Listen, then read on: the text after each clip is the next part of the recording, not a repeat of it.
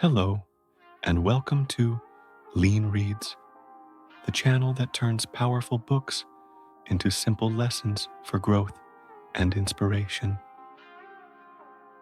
South Africa, 1948, a country divided by race and ruled by fear. One man dared to stand against an empire, knowing it might cost him his life. Long Walk to Freedom is the unforgettable story of Nelson Mandela, the rebel who became a prisoner, and the prisoner who became a president. If you'd like to read the full book, the link is waiting for you in the description. Now, let's jump into it.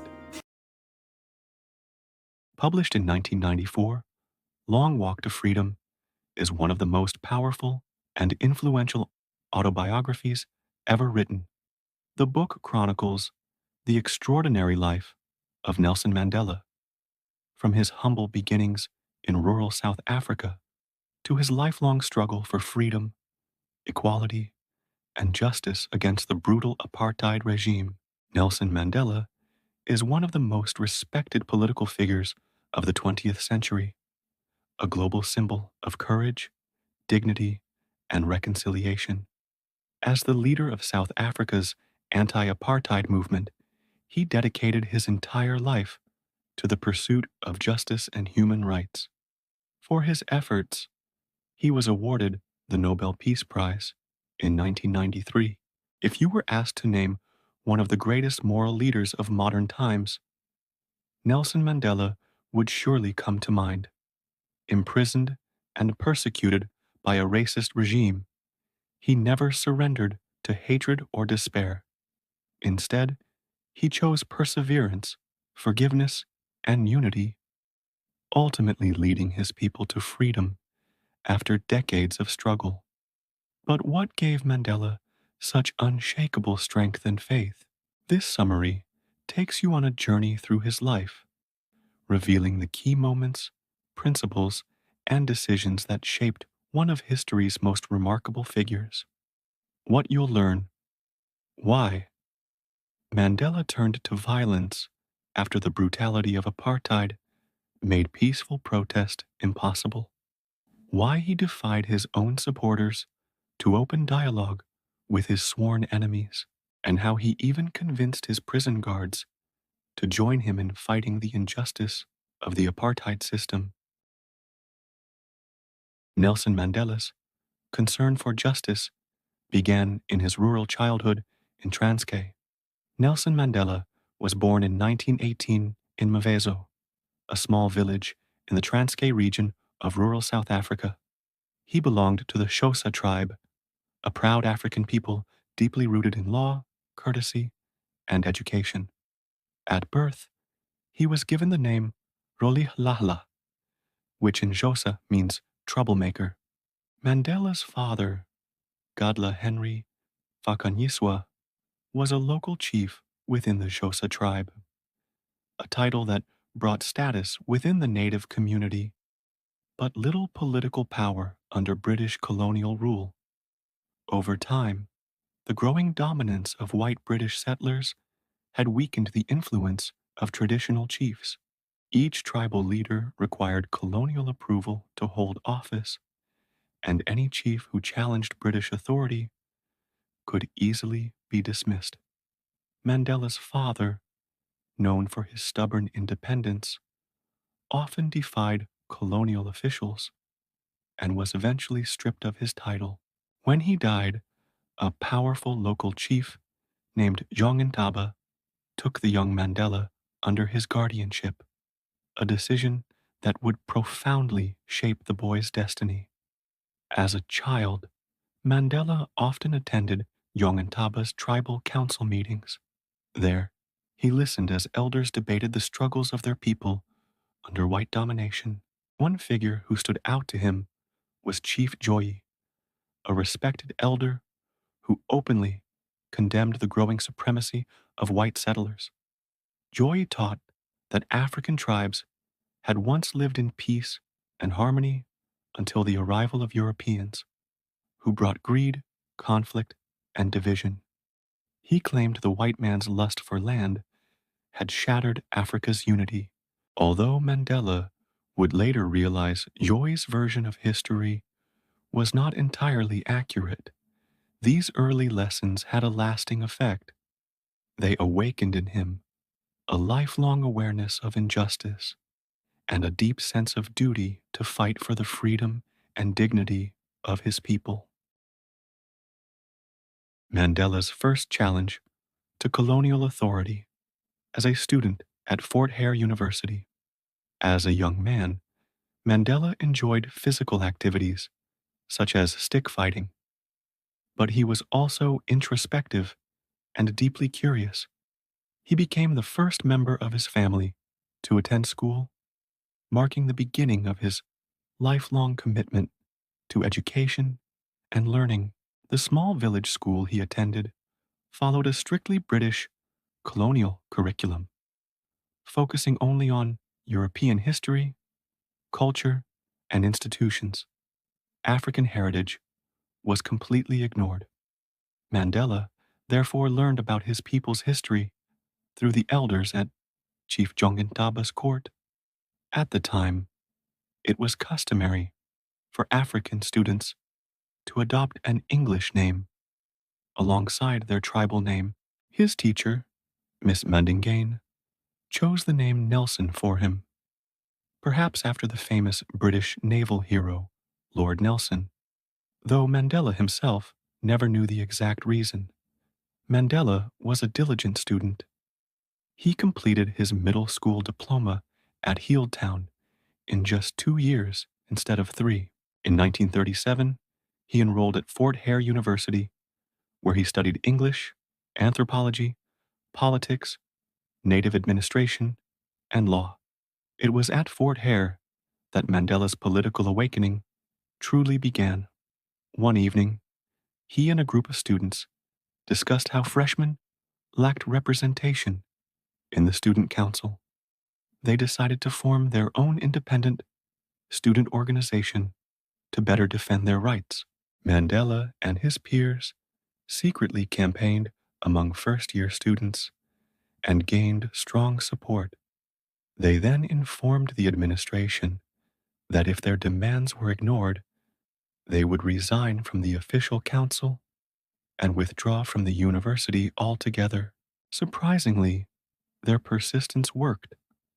The administration eventually allowed the new student council to operate. However, the following year would prove more difficult.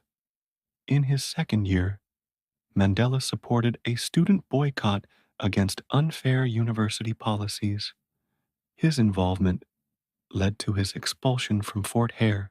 With his formal education abruptly cut short, Mandela decided to move to Johannesburg, marking the beginning of a new chapter, one that would transform him from a student into a revolutionary. Mandela's political journey began in Johannesburg.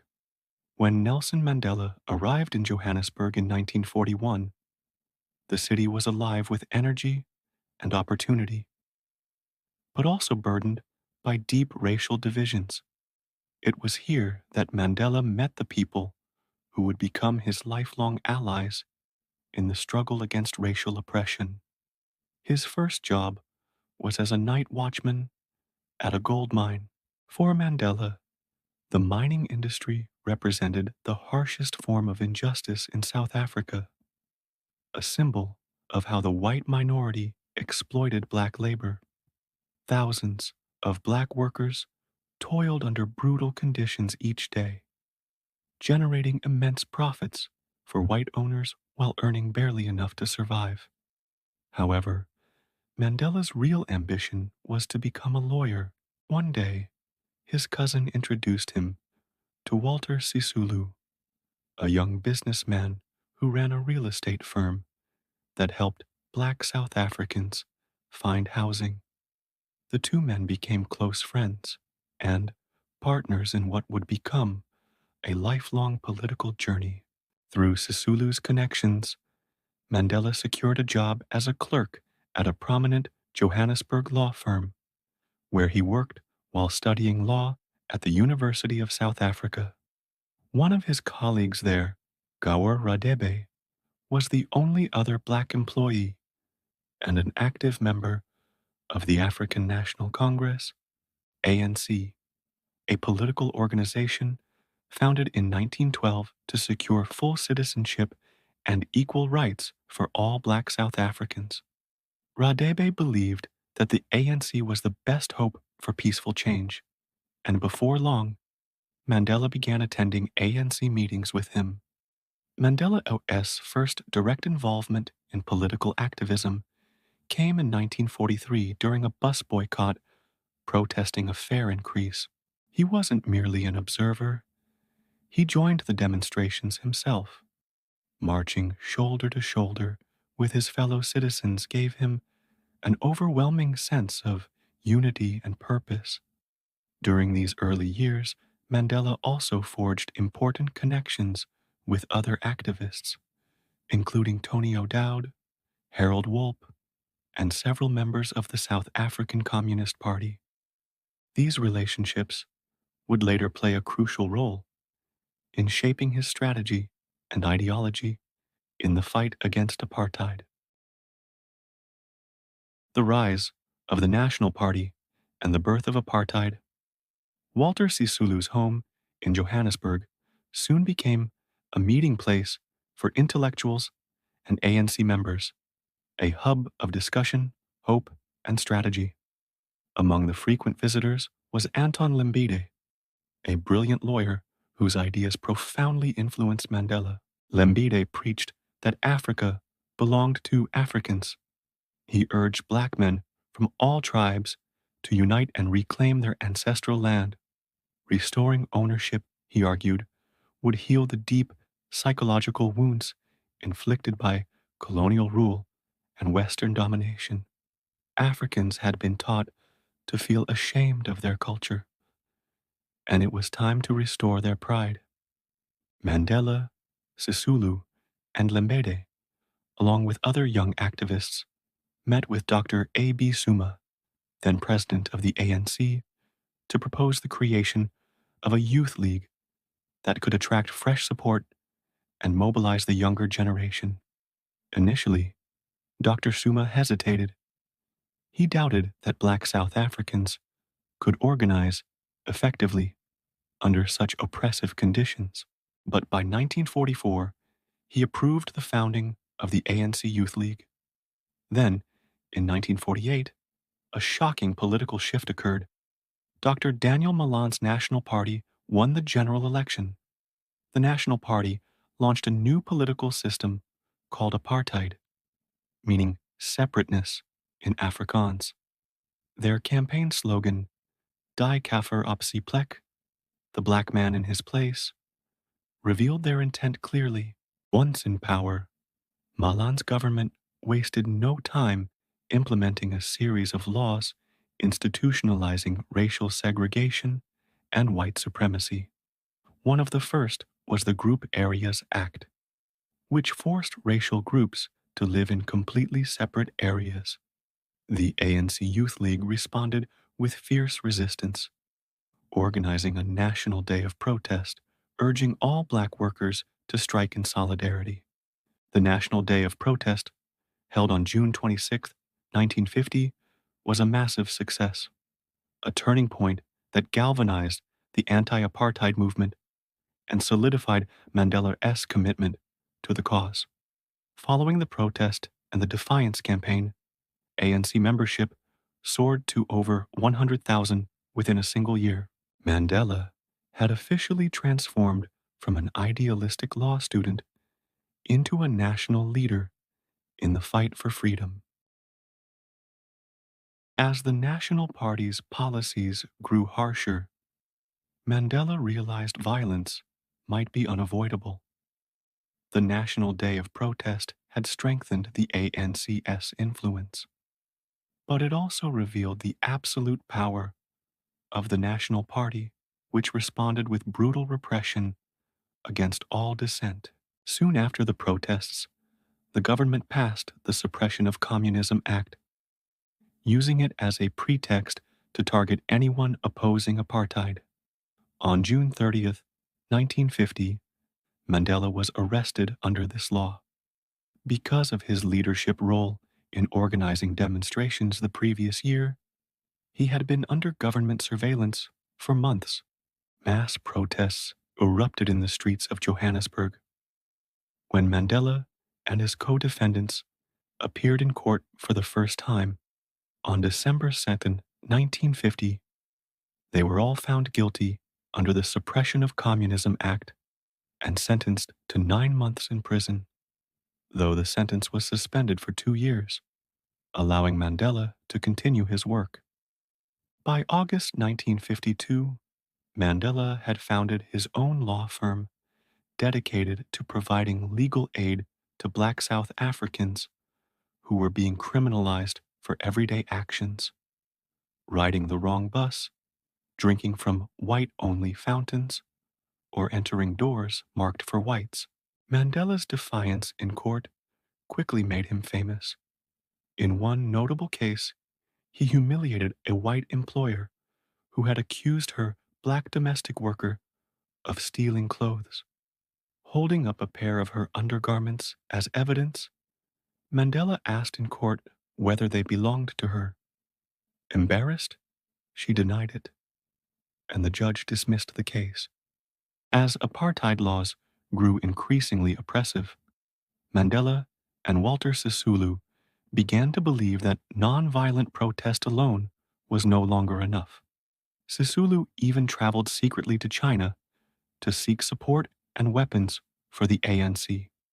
When the ANC leadership learned of this, it triggered a heated internal debate about whether the movement should embrace armed resistance. The government pursued Mandela and other ANC leaders as repression intensified. On December 5th, 1956, police arrived at Mandela IS home and arrested him on charges of Hoogverraad, high treason in Afrikaans. He had long expected a stronger crackdown on the ANC, and now it had arrived. The government claimed to have evidence that Mandela had planned acts of violence during the Defiance campaign, and soon nearly every senior ANC leader was imprisoned alongside him. From the outset, however, the prosecution's case was weak. Their key witness, Solomon Ngubase, was a convicted fraudster who testified that he had attended an ANC meeting where the leadership decided to send Walter Sisulu to the Soviet Union to buy weapons. But under cross-examination, the defense exposed Ngubase's lies. He was neither an ANC member nor a university graduate, as he had claimed. The credibility of the prosecution collapsed. As the treason trial dragged on, tensions outside the courtroom escalated. On March 21st, 1960, tragedy struck in the township of Sharpeville.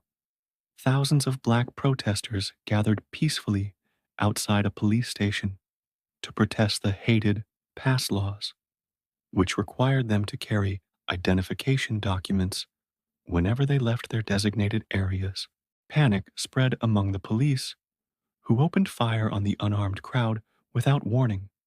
At least 69 people were killed, most shot in the back as they fled. The massacre shocked the world. More than 50,000 protesters filled the streets of Cape Town. Riots erupted nationwide, and the government declared a state of emergency, suspending the right of habeas corpus. Inside the courtroom, however, Mandela and his comrades received a rare victory. Despite thousands of pages of state evidence, the judge ruled that the prosecution had failed to prove any conspiracy of violence. All defendants were acquitted, a symbolic triumph in the face of oppression. After the trial, the ANC went underground, and Mandela founded Umkhonto we Sizwe, MK. While Mandela and his comrades were still awaiting trial, it became clear that the struggle had to move underground. Once released, Mandela knew there would be no time for celebration. The ANC had to adapt quickly or risk extinction. For years, there had been a growing debate within the ANC over whether violence could ever be justified. At a secret executive meeting in 1961, Mandela argued passionately that the state had left the organization no other choice.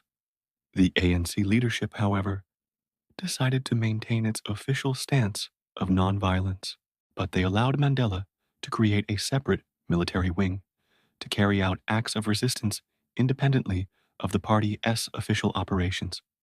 This new organization was named Umkhonto we Sizwe, meaning Spear of the Nation in Zulu, or simply MK. MK began its campaign by sabotaging government and colonial installations. Though Mandela himself never fired a gun in his life, he studied guerrilla warfare and sabotage tactics extensively. He moved to Lily's Leaf Farm in Rivonia, just outside Johannesburg, which served as both a safe house and a training center for MK members. There, Mandela practiced shooting and learned to handle explosives. MK adopted sabotage as its first strategy, as it carried fewer risks of civilian casualties and required fewer men. On December 1961, the organization announced its existence with a wave of bombings targeting government buildings and power stations around Johannesburg. This marked the beginning of the armed struggle, a new and dangerous chapter in South Africa's long road to freedom. The government cracked down as the struggle escalated. By now, the apartheid regime was determined to capture Nelson Mandela, the most recognizable face of the liberation movement. On August 5th, 1962, they finally succeeded, arresting him as he returned to Lily's Leaf Farm after a secret MK meeting.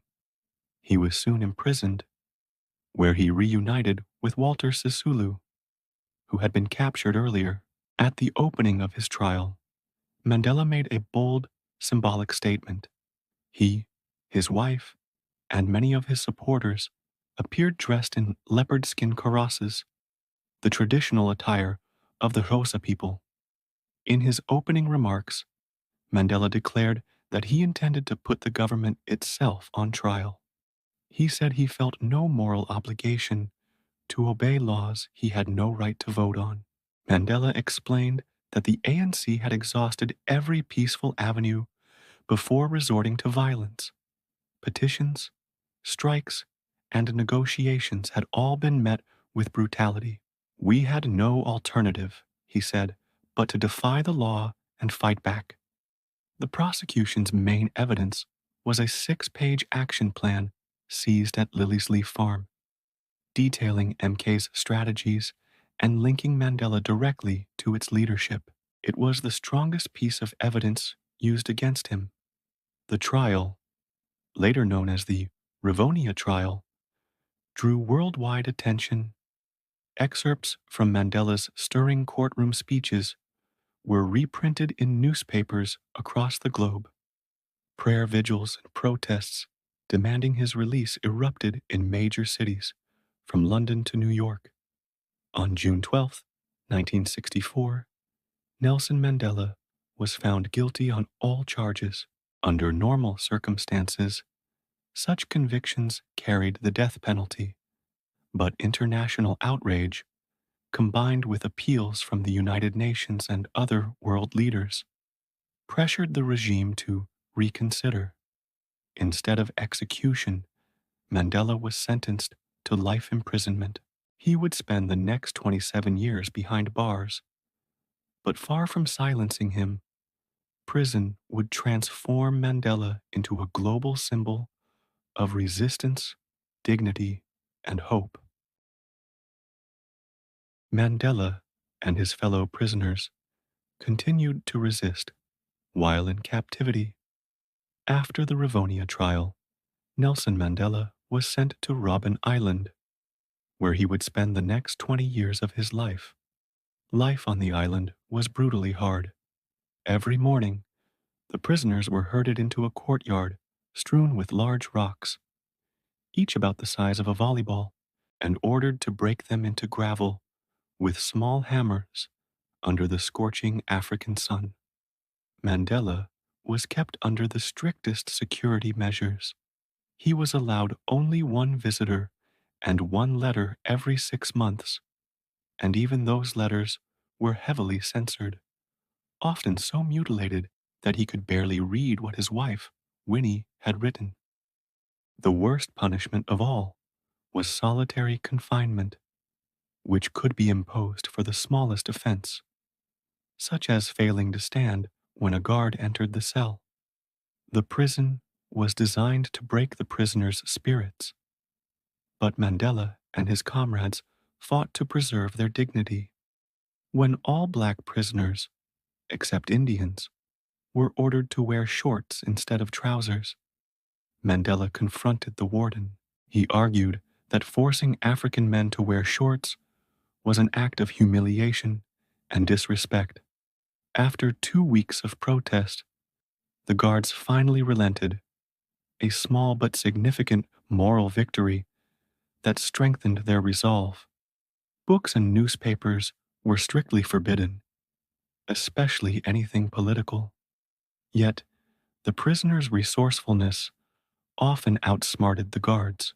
Once, a prisoner managed to smuggle in a copy of The Economist because the guards assumed it was just about business. In 1966, prisoners launched a hunger strike to protest the inhumane conditions. To everyone's surprise, even some of the guards joined in sympathy. Realizing they could no longer maintain control, prison authorities were forced to improve living conditions. It was a moment of triumph, a sign that even in the harshest conditions, the spirit of resistance could not be crushed. Mandela gained widespread support from the international community. Over time, the guards on Robben Island grew somewhat less cruel toward the prisoners. But outside the prison walls, South Africa was erupting in turmoil. Yet amid the darkness, small signs of hope began to emerge.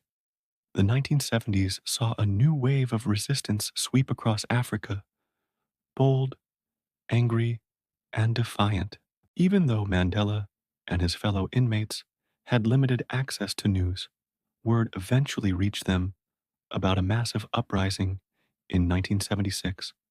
That June, 15,000 students in Soweto, a township near Johannesburg, took to the streets to protest a government order requiring schools to teach half their subjects in Afrikaans, a language most black students despised, viewing it as the tongue of the oppressor. Once again, police opened fire without warning. The first victim was 13-year-old Hector Peterson, whose image, being carried by a grieving student, would become an icon of the anti-apartheid struggle. Dozens of others were killed, including 2 white civilians who were stoned to death in the chaos. The uprising triggered nationwide riots and protests that would last for months. A new generation of South African activists had emerged, younger, fiercer, and more militant than their predecessors. Some of the younger prisoners on Robben Island began to criticize Mandela and his peers for being too moderate. These youth were part of the Black consciousness movement, founded on the belief that Black South Africans had to free themselves from psychological oppression before they could achieve political freedom. Mandela admired their courage, but felt their ideology was incomplete. True liberation, he believed, required solidarity among all races. The events of the late 1970s drew massive international attention. Around the world, people were horrified by the brutality of apartheid and inspired by Mandela's endurance. Global campaigns demanding his release multiplied. In 1980, the Johannesburg Saturday Post published a front-page headline reading "Free Mandela," accompanied by a petition signed by thousands of readers. That article sparked a nationwide and international debate about Mandela's imprisonment and whether it was time for South Africa to finally set him free. The South African government and freedom fighters finally began negotiations as violence escalated by the early 1980s. South Africa's struggle for freedom had become increasingly bloody and chaotic. Violence seemed out of control, threatening to tear the country apart. In 1981, the South African Defense Force launched a brutal air raid on ANC offices in Maputo, Mozambique, killing 13 people. In retaliation, MK carried out armed attacks, including a car bombing outside a military base in Pretoria in May 1983, which killed 19 people. Mandela understood that unless negotiations began, the cycle of bloodshed would never end. While the ANC maintained its stance of refusing to talk with the apartheid government, Mandela believed that dialogue was essential. After the government declared a state of emergency in 1986, Mandela formally requested a meeting with Defense Minister Kobe Coetzee. To his surprise, the request was granted. He was driven from Pollsmoor prison to the minister's private home in Cape Town. There, Coetzee asked Mandela what it would take for the ANC to stop the violence. This meeting marked the first step towards serious negotiation. By May 1988, Mandela began a series of secret talks with a committee of senior government officials. Later that year, in December, he met with the new president, F.W. de Klerk, who promised to promote peace and listen to Mandela's proposals. In February 1990, de Klerk made a historic announcement. He would lift the ban on the ANC, though technically the organization remained illegal for a short while, and release all political prisoners jailed for nonviolent activities. That same day, de Klerk personally informed Nelson Mandela that he would be set free. Mandela was released in 1990, won the Nobel Peace Prize, and continued his political work on February 11, 1990, after 27 years of imprisonment. Nelson Mandela walked free, yet, as he often reminded his supporters, freedom for South Africa was still a long road ahead. Since 1988, Mandela had been held at a low-security compound in the outskirts of Cape Town, a place halfway between prison and freedom. There, he lived in a small private house and was allowed limited visits. On the day of his release, he was supposed to be driven to the prison gates, but, at the request of a TV journalist, Mandela instead walked the final steps to freedom, hand in hand with his wife Winnie, raising his fist in triumph as a vast crowd cheered his name. That evening, he stood on the balcony of Cape Town City Hall and addressed tens of thousands of people. He shouted, "Amandla," meaning power, in Xhosa, and the crowd thundered back, "Ngawethu," to the people. The next day, Mandela told reporters that he would follow the direction of the ANC and that there was no contradiction between supporting the armed struggle and pursuing peace through negotiation. The ANC, he said, will respond to peace with peace. Despite this hopeful message, tensions between the government and the ANC remained high. In December 1992, ANC leaders agreed to hold bilateral talks with the National Party. Both sides decided that any political party winning more than 5% of the national vote would be represented in the new cabinet, meaning the ANC would have to share power with the National Party, a controversial compromise that divided many within the movement. Finally, on April 27, 1994, South Africa held its first democratic election. The ANC won 62.6% of the vote, and Nelson Mandela became the first black president of South Africa. Shortly before the election, Mandela and F.W. de Klerk were jointly awarded the 1993 Nobel Peace Prize for their efforts to dismantle apartheid peacefully. Nelson Mandela devoted his entire life to the ideals of justice, equality, and freedom. Despite decades of oppression, imprisonment, and violence, he never abandoned his belief in reconciliation and human dignity. His endurance transformed him from a political prisoner into a global symbol of hope. His leadership not only ended apartheid, but also inspired generations worldwide to believe that forgiveness and courage can triumph over hatred and fear. Nelson Mandela's long walk to freedom became humanity's long walk toward justice. Reading Long Walk to Freedom is not just reading a story. It is witnessing the evolution of a man who walked through darkness, yet never lost sight of the light ahead.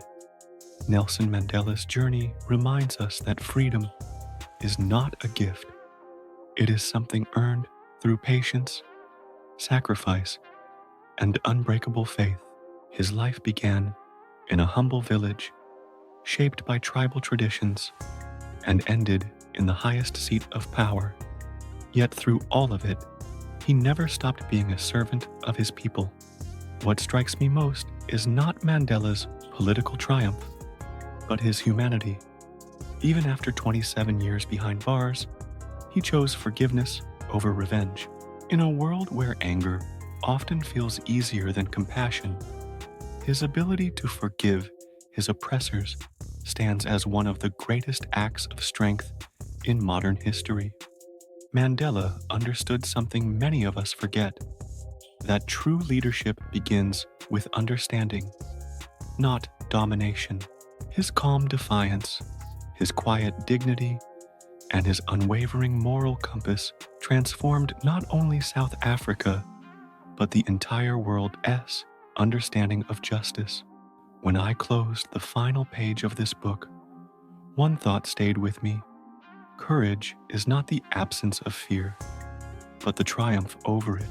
That line, echoing through Mandela's life, reminds us that bravery isn't about being unafraid. It's about standing firm even when fear surrounds you. If we carry even a fraction of Mandela's courage in our daily lives, to listen, to forgive, to act with conscience, perhaps we too can take our own small steps on the long walk to freedom.